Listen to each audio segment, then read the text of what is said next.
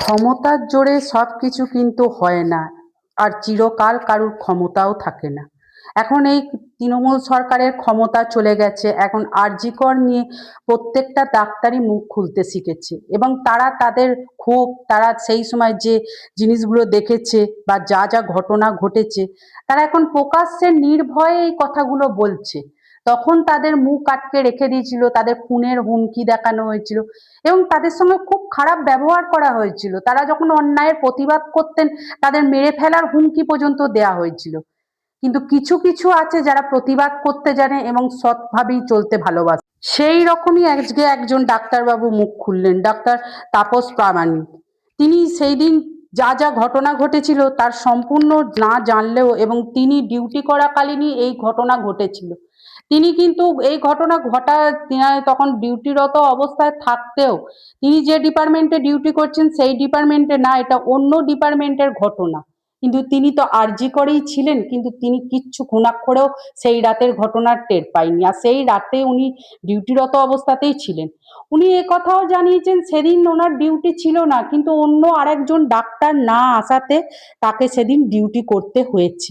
এবং এই ঘটনা যখন ঘটে তখন উনি ওই আরজি করেই উপস্থিত ছিলেন, এবং এই যে ঘটনা ঘটে গেছে ইনি বিন্দুমাত্র কিচ্ছু জানেন না, এবং উনি যথারীতি ওনার ডিউটি পালন করে 8টা সাড়ে 8টার সময়, সকাল 8টা সাড়ে 8টায় উনি ওনার প্রতিদিনের মতো বাড়ি চলে যান। কিন্তু উনি বাড়ি যাওয়ার পরই ওই আরজি করেরই আর একজন ম্যাডাম মানে ডাক্তার, উনি ওনাকে হোয়াটসঅ্যাপ মেসেজ করেন, ডক্টর পলি সমাদ্দার, যে এরকম একটি ঘটনা ঘটে গেছে আরজি করে। কালকে মানে উনি যেদিন উনি কালকে থাকাকালীনই এই ঘটনা ঘটেছে, কিন্তু উনি কি কিচ্ছু জানেননি? উনি তখন বলেছিলেন না, উনি তো কিছুই জানেননি, উনি এই ঘটনা বা ওনার ওই হোয়াটসঅ্যাপ মেসেজ পাওয়ার সঙ্গে সঙ্গে আরজি করে ছুটে গেছেন। উনি যখন আরজি করে ছুটে গেছেন তখন পুলিশ এবং বিভিন্ন জন মানুষ, ছাত্রছাত্রী, ডাক্তার, তারা সব বিক্ষোভে ফেটে পড়েছে এবং পুলিশে ছয়লাপ হয়ে গেছে, এবং বিভিন্ন রকম সব সুবিধাবাদী মানুষরা সব ঘিরে ধরেছে ওই হাসপাতাল চত্বরটা। তিনি গেলেন, গিয়ে উনিও মতামত দেওয়ার চেষ্টা করলেন, কিন্তু ওনার মতামত নেওয়ার তখনও পর্যন্ত কেউ প্রয়োজন বোধ করেননি, কারণ উনি যেহেতু অন্যায়ের প্রতিবাদ করতেন বলে এক শ্রেণীর মানুষ ওনাকে নাকি সহ্যই করতে পারতেন না। এমনকি সন্দীপ ঘোষ ও সন্দীপ ঘোষের ছাত্ররা এবং আশিস পান্ডে ওনাকে একবার মেরে ফেলার হুমকিও দিয়েছিলেন। উনি বলেছিলেন, আপনারা মেরে ফেললেও আমি আমার সততা থেকে এক পাও নড়বো না, আপনারা যদি মেরেও ফেলেন আমার কিচ্ছু যায় আসে না কো, এরকম উনিও পাল্টা বলেছিলেন। কিন্তু এই ব্যাপারটি যখন ঘটনাটি ঘটে, উনি যখন হাসপাতালে গিয়ে হাজির হন তখন দেখেন যে বডি তখন পোস্টমর্টম করতে নিয়ে যাওয়া হয়ে গেছে, এবং উনি ব্যাপারটা খুবই মানে উনি থাকাকালীন যে এই জিনিস হয়েছে উনি কিচ্ছু বুঝতে পারেননি। উনি এতটুকু বুঝতে পারেন, এইটা ওনার ভীষণভাবে আফসোস। অনেকের ধারণা ছিল ওনাকে যদি জানানো হতো তাহলে নাকি ব্যাপারটা অনেক দূর গড়াতো এবং সেটা অন্যরকম ব্যাপার হয়ে যেত। উনি এটাও বলেন যে উনি ডিউটিরত অবস্থায় সেই দিন রাতে বর্ধমান থেকে এবং অন্যান্য জায়গা থেকে যে ডাক্তাররা এসছেন সেটাও উনি ঘুণাক্ষরেও টের পাননি। এই বিষয়ে ওনার অনেক আক্ষেপ ছিল সেদিনের রাতের জন্য। এমনকি সন্দীপ ঘোষ ও তার ছাত্রছাত্রীরা কখনোই তাকে সহ্য করতে পারতেন না। এখন আশিস পান্ডে যিনি জেলে রয়েছেন তিনিও ওকে সহ্য করতে পারতেন না। তার কারণ হচ্ছে সন্দীপ ঘোষ এবং আশিস পান্ডে তারা ওই আরজি করে যত রকম বাজে কাজ, যত রকম অসামাজিক কাজকর্ম, তোলাবাজি, ছাত্রদের পাস করানো, ফেল করানো, তা নিয়ে টাকা পয়সা নেওয়া, কাকে কোথায় ট্রান্সফার করা হবে এবং ছাত্রদের কাছ থেকে মোটা টাকা তোলা, এসব ছিল তাদের খারাপ মানে কাজ। এবং ওষুধ, জাল ওষুধ কিভাবে ব্যবহার করা হবে, কিভাবে কার্যকারিতা করা হবে, এইসব তাদের একটা মিটিং হতো। সেই মিটিংটি আবার যেখানে হতো সেটা হচ্ছে ইন্দিরা হোস্টেল নামে একটি হোস্টেলেতে এই হতো, এই মিটিংটা হতো, যেটার দায়িত্বে এখন এই প্রামাণিক ডাক্তার ডক্টর প্রামাণিক ছিলেন। তিনি যখন ওই হোস্টেলের দায়িত্বে ছিলেন, তিনি ওই হোস্টেল ঘরে ঢুকে গিয়ে দেখেন যে বিছানাগুলোতে যত রকম নেশার জিনিস, যত রকম মানে ড্রাগস, যত রকম নেশা করার জিনিস, বই, ছেঁড়া বই টই পড়ে আছে, বালিশ বিছানা সব চারিদিকে ছিন্ন ভিন্ন, মানে হোস্টেলের অবস্থা দেখেই না উনি অবাক হয়ে গেছেন যে এত বাজে হোস্টেলটার পরিস্থিতি। কিন্তু পরে জানা যায় যে আশিস পান্ডে তার দলবল নিয়ে ওখানে নাকি যত রকম অসামাজিক কাজকর্ম করত এবং ওখানেই নাকি তাদের মিটিং হতো কি করবে কি না করবে। সেটা তো পরের কথা। উনি যখন পরের দিন আরজি করে গেলেন ওই ডক্টর, মহিলা ডক্টরের ফোন পাওয়ার পর, তখন উনি যাওয়ার পরই দেখলেন যে টালা থানার ওসি এসে গেছে। কিন্তু তার আগে পলি ম্যাডাম বলেছিল এই মেয়েটির বাবা মাকে খবর দেওয়ার কথা এবং একটি আধার কার্ড, মেয়েটির আধার কার্ড নিয়ে আসার কথা, কারণ মেয়েটির কাস্টাডি তো নিতে হবে কাউকে।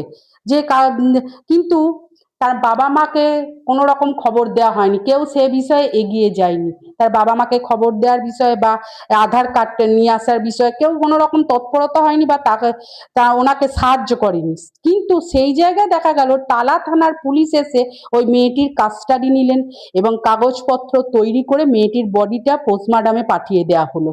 খুব অবাক হয়ে গেছিলেন ডাক্তার প্রামাণিক। কিন্তু যেহেতু ওনার মানে সন্দীপ ঘোষ, আশিস পান্ডের মতো বড় বড় ডাক্তাররা রয়েছে মাথা, সেই জন্যে এবং ওনার তারা অ্যান্টি ছিলেন, যার জন্য উনি তখন কোনো মুখ খুলতে পারেননি এবং উনি মুখ খুললেও কেউ যে ওটা গুরুত্ব দেবে না উনি সেটা বুঝে শুনেই কোনো মুখ খোলেননি। এরপর ব্যাপারটা সিবিআই এর হাতে গেল। সিবিআই এই ব্যাপারটিতে তদন্ত করতে লাগলো এবং তদন্ত করার পর উনি সিবিআই এর পক্ষ থেকে সঞ্জয় রায়কে জেল কাস্টাডি করা হলো, সঞ্জয় রায়কেই দোষী বলে সাব্যস্ত করা হলো।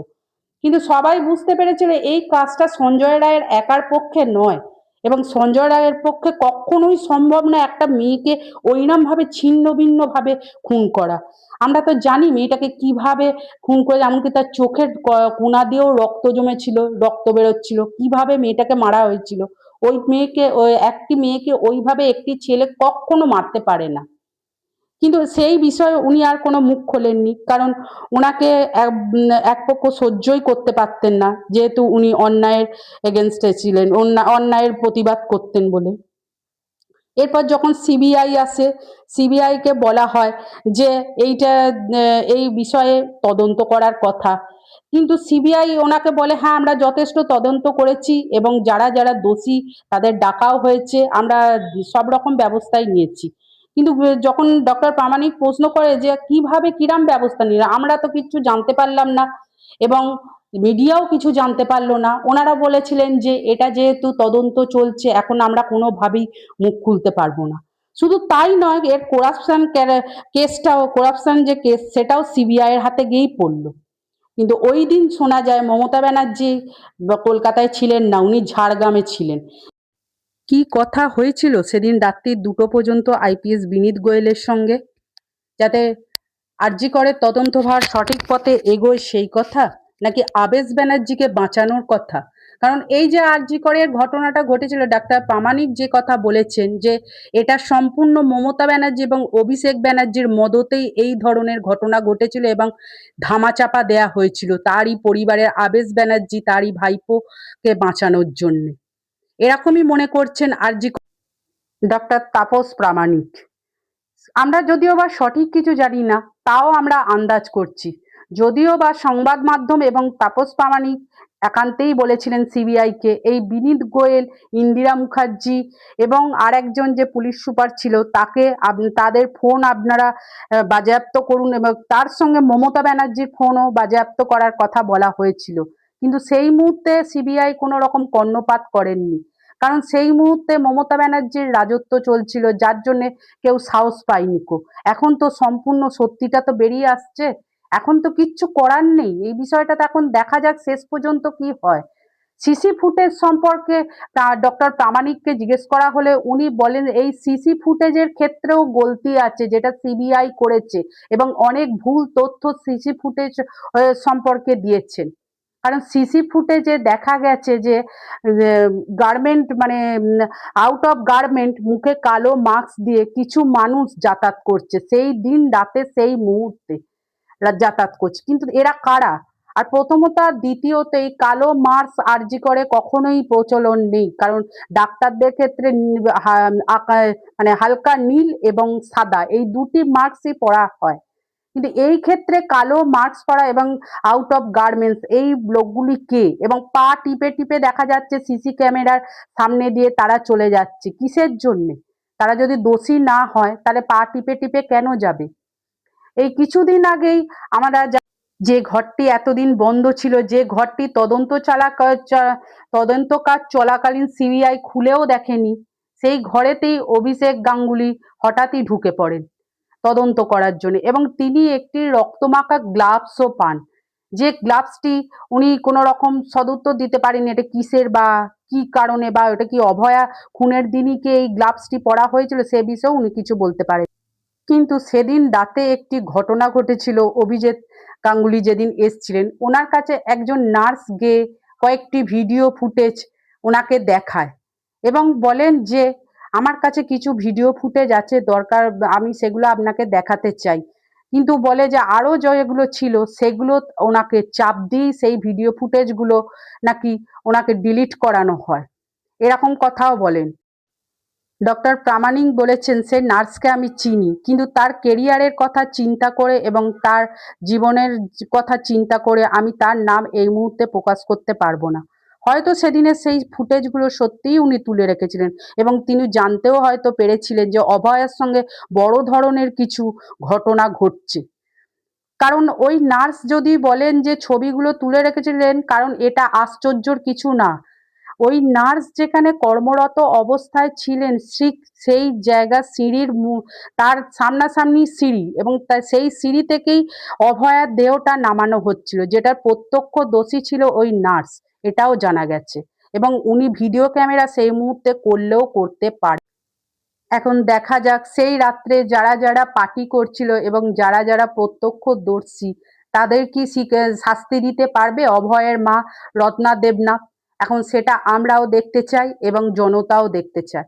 কারণ প্রতিটা ঘটনা তৃণমূলের আমলে অভিষেক ব্যানার্জি এবং মমতা ব্যানার্জির আদেশ ছাড়া কিছুই ঘটনা ঘটতো না। দেখা যাক, তখন নয় আবেশ ব্যানার্জি শাস্তির হাত থেকে মুক্তি পেয়ে গেছে, এখন কি পাবে? আদৌ কি তাকে খুঁজে বের করতে পারবে পুলিশ? দেখা যাক কি হয়।